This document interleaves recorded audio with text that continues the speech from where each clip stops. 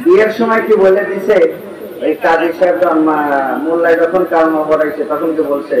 এই মেয়ের শাড়ি কাপড় সোনো পাউডার এগুলো সব আপনি দিয়া কন কবুল এগুলো কইছিলি এগুলো দেওয়া লাগবে কন কবুল এগুলো কইছিলি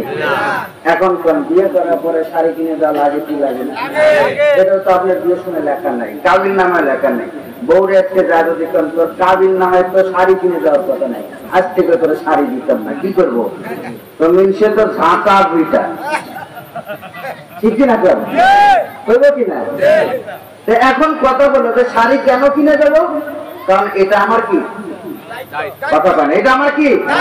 দায়িত্ব শাড়ি কিনে দিতে হবে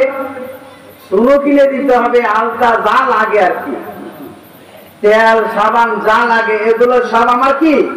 দায়িত্ব তাকে পর্দা পুষিদা মোতাবেক রাখা আমার দায়িত্ব ঠিক অনুরূপ আমি যখন মুমিন হয়েছি নামাজ পড়া আমার দায়িত্ব নামাজ পড়া কি দায়িত্ব